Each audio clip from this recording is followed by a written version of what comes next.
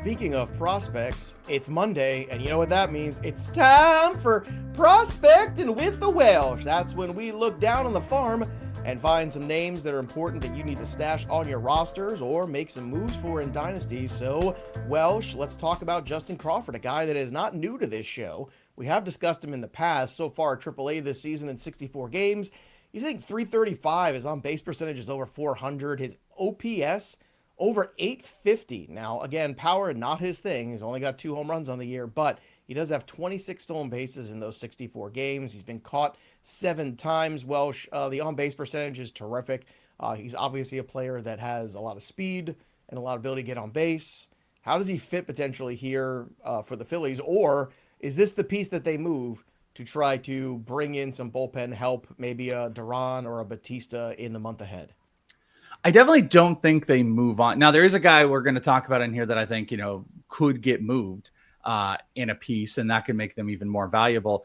I don't think Crawford's the one that they end up moving, simply because I think he's a version of like an outfield Jacob Wilson. And, it's kind of on display here where you can see he's not big homers, but his batting average is like crazy. He's more of a across the body type of hitter, makes tons of contact. This past month in June, he's walked more than he struck out. Now he strikes out like more than Jacob Wilson. He steals more bases, blah, blah, blah.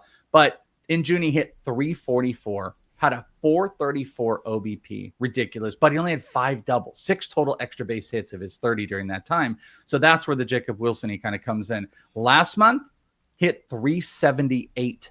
Ridiculous last month. Strikeouts are a little bit more heavy, but he had a little bit more in the extra base field.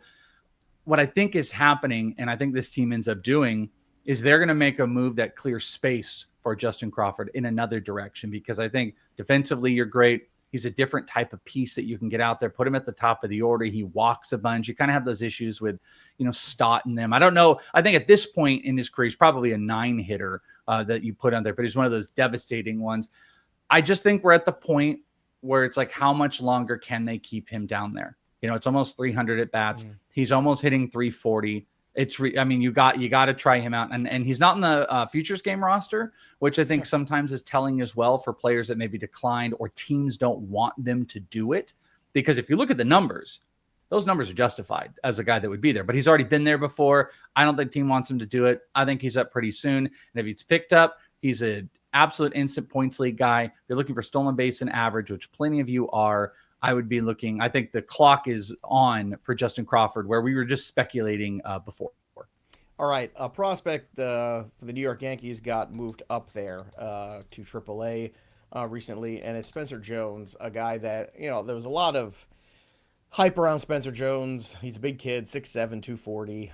I've seen him, look, over the last 2+ years at AA, I've seen him probably take about 20 or so at-bats. Like, I've been to a bunch of Somerset Patriot games, and I've watched him, and I've seen him have games where he's hit home runs, and I've seen him have games where he struck out 4 times and didn't touch a ball. To me, the strikeouts are still an issue. Now, this year in AA, he slashed 274, 389, 594, 984 OPS. He had 16 homers and 32 RBI in 49 games. So clearly, it was time for a new challenge. So he conquered AA. And last year, just for understanding, his OPS was 789 last year, and he had 17 home runs in 124 games. So this year, having 16 in almost a third of the amount of games tells you, all right, he's done here. He's conquered AAA, and maybe he's one of these guys too who's a little bit slower to the adjustments. However, he is 24 years old now at AAA, so we'll see how he flies. Again, he's only had 3 games there so far. He has had 2 home runs in those 3 games, so that is of note, I would say. But with Spencer Jones, another guy that has massive strikeout potential built in, already, caked in there. We know the power's big. We know the strikeouts are big. The question is, why do you see Spencer Jones' path to the big leagues?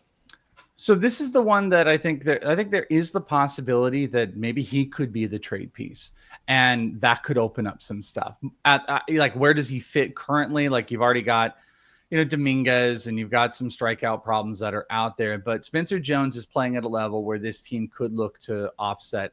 All of that aside, it was said in our live chat, I am a Spencer Jones guy. I've always been a Spencer Jones guy, for better, for worse. He is hated kind of mostly in most circles in like the fantasy ranking range because of his strikeouts. And it is a Huge problem. And lot. that's not going away, Yeah. unfortunately. That's still there. That's always going to be there. But what's now counteracting it, and he is, a little bit older. He was a 24-year-old at AA, which doesn't really compute, but he's now in AAA, is that things have finally started connecting. Because if you look like a month ago, the guy was hitting around 230, 240. But things started to click. He changed to using a torpedo bat early on in this year. He's found his swing. He's found his rhythm. Looking back on this, on April 12th, he was hitting 231. April 29th, he was hitting 231. May 3rd, he was hitting 228. The only reason I'm saying all that stuff is he left hitting over 270. He left hitting over 270 in AA. Over the last month, combined with AA and AAA, he's hitting almost 320 with a 400 OBP and 9 home runs in the month of June. So Spencer Jones is a huge, massive impact bat of great power. He's 6'7", as you can see on the screen, 240 on the MLB pipeline page. Plus, he can steal bases. The strikeouts are a problem, but maybe we have some type of fix in play, torpedo bats in play here. I am a big Spencer Jones guy for big, loud stats. If the strikeouts are fixed a little bit, which we have seen, Ellie had a 30+% like minor league strikeout rate for a while. So if we can fix some of this with that torpedo bat, his stats could be huge. And maybe he's also a trade piece that hopefully doesn't go to, a really bad ballpark. Next guy on the list, Colson Montgomery here of the White Sox, shortstop here by trade. I'm a little surprised he made this list. 53 games at AAA this year. He's hitting just 220 Welsh. I know he's got 11 home runs. I know the White Sox have nothing to lose by pushing prospects, but why Montgomery at this juncture? What makes him worthy to discuss in prospecting? Yeah, no, it's a good question because the season has been really, really bad. So much so, he looked like he was a guy that was going to break camp with the team. That was the thought. Everything was such a mess. They put him on the developmental list, and the developmental list is sending him down to complex so he can end up retooling something. Pitchers will do that to multiple guys have this year have done it where they're, retooling maybe the rotation or a certain type of pitch. It's time off. They did that with his swing because they didn't like what was going on with the swing. So he did all of that. He's popped back, got back into the game. He was hitting under 200 at the start of June. He's pushed his average in the month of June, though, up to 281. And I think that's the important thing because there were some significant changes that needed to be had. He has 4 homers in his last 4 games. Both were multi-hit games. Strikeouts starting to cool a little bit, around a 340 OBP with that 281 batting average. They just don't want him to be down there for so long. And there's space open on the infield. Like I said, Miguel Vargas could go over to first base full time, never have to move around. Colson Montgomery is your third baseman. He is a tremendous athlete. He can run. He has big homers. I've watched him for a couple years now. He showed some great signs in the Arizona Fall League that he was going to stop chasing, which was his problem. But then his swing got all jacked up. If you take that chase rate going away, if you take this new swing and you take the recent success, this is about recent success where he's upped his batting average about 40 to 50 points over this month and hitting 280 alone, that if he's fixed, we should see Colson Montgomery pretty soon. And you might want to speculate because he could get a pretty decent spot in that lineup for the White Sox. All right, Quinn Mathews has unfortunately gotten off to a bad start in 2025 due to injury last year in 2024. One of the best pitchers in the minor leagues and one of my personal favorites that I was very, very in on going into this season in terms of dynasty, keeper league, stashing, and even redraft too, because I thought there'd be some opportunities in this Cardinals rotation. So Quinn Mathews is back and healthy. So how are things going for the young lefty these days? It's been consistency. That's the big thing that we're looking at. And he's still not quite there because he had an outing in this, not his most recent, but the one before that where he'd given up 5 earned runs. But if you didn't count that one, he has had almost 10 innings of no earned run ball, 10 strikeouts. Walks are still a little bit of a problem, but in some of the chaos, he's still put up a 2.35 ERA in the month of May, a 3.32 ERA this month. So he's put a couple really good ones together. Whip was high this month. It wasn't last month. It is just consistency. And I think you're going to throw him out here pretty soon.